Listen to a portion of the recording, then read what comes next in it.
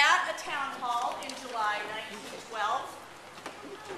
You're going to be hearing arguments from pro and anti-suffragists who are trying to convince you to vote their way on Amendment 1 on November 3rd. And so when you hear an argument or a point that's made that you like, what do you think you should do? And if you hear something you really disagree with, and so with that, I give you our town hall speaker, and we shall commence.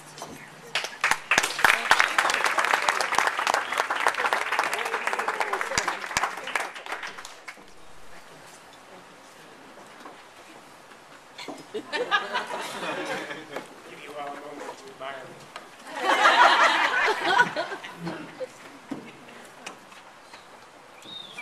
We have important things to deal with tonight. We have things affecting life in Portland. Welcome you to our town meeting. There are several announcements we need to deal with.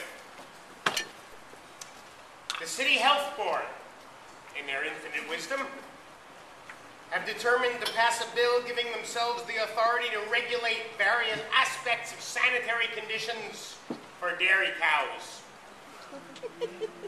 A heavy voting bloc in Portland now. A cow's tail must be tied to her leg before milking.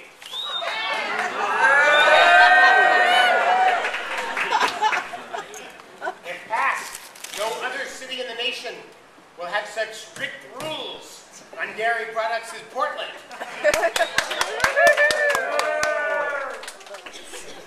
From all those green people on the city council. The chief of police has made clarifications regarding important matters. Saloons will not be open all night.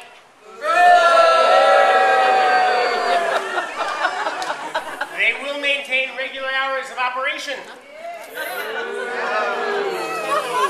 But that could be all 24. And fortune tellers and palmists will not be welcome in the city. But we can still have pollsters.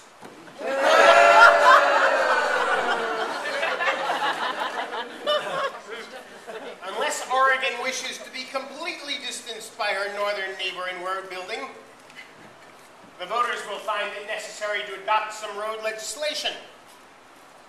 A movement. There's an important thing on the ballot in this coming election. A movement is now gaining headway for a bond issue to carry out significant road projects. Our Washington neighbors can cooperate with us to put a bridge between Portland and Vancouver.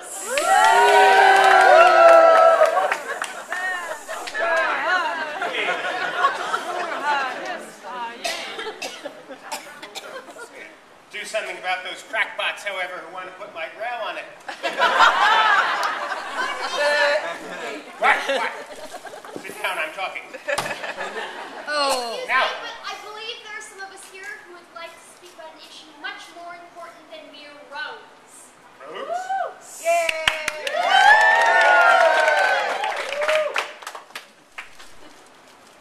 There are even those here who would like to speak on the issue of women's suffrage.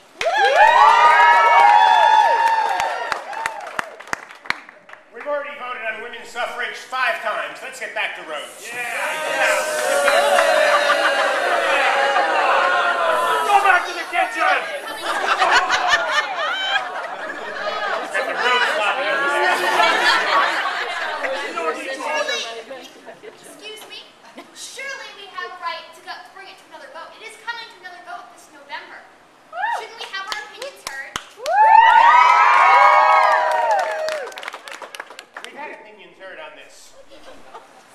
What else do we need? I heard this. This was coming around again. But everybody's heard this. We've had the debates. We've had the arguments. Isn't it time to give it a rest and go back to your sewing circles? Now,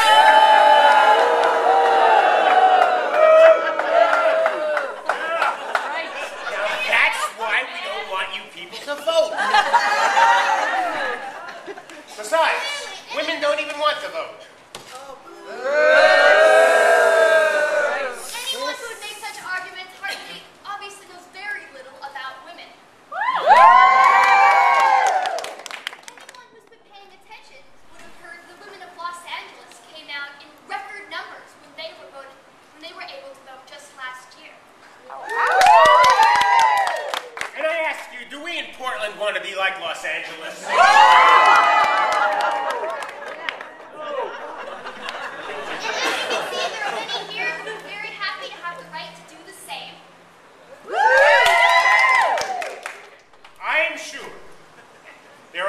More here who understand what a travesty a woman's vote would be. Sing it, brother, sing it. It would taint a woman's morals. You know what goes on in those voting booths. And what would happen if women were given the vote? They take away our liquor, that'll be one thing they do. Yeah, that's what you say now, but I'm looking at these tables. That's impossible. And what sort of evening would you be forced to endure? Leave suffrage to men, madam.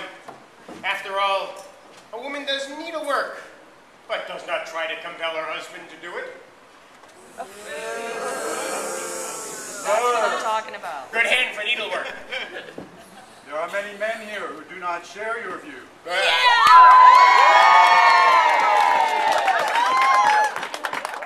Hi, William Pike Davis. With Mrs. Dunaway's assistance, I called a meeting earlier this year to form an organization that will become the nucleus of men's clubs around the state, all working for the women's suffrage.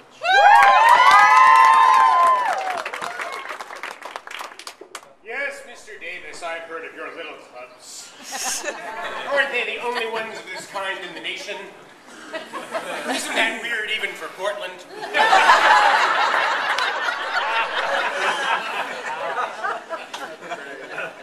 Quite the contrary, sir.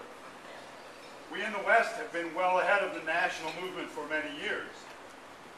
Do not forget, my fellow gentlemen, that our neighbors in the North and South are now joined by women in their civic duties.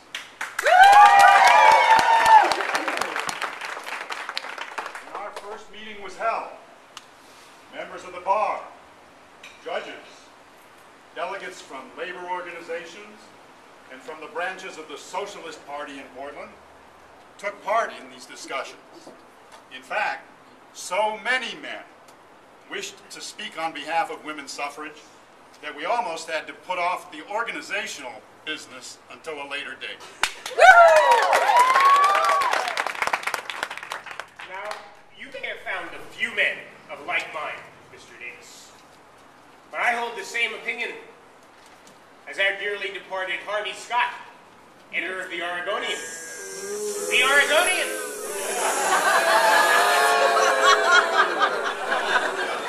The people have spoken clearly.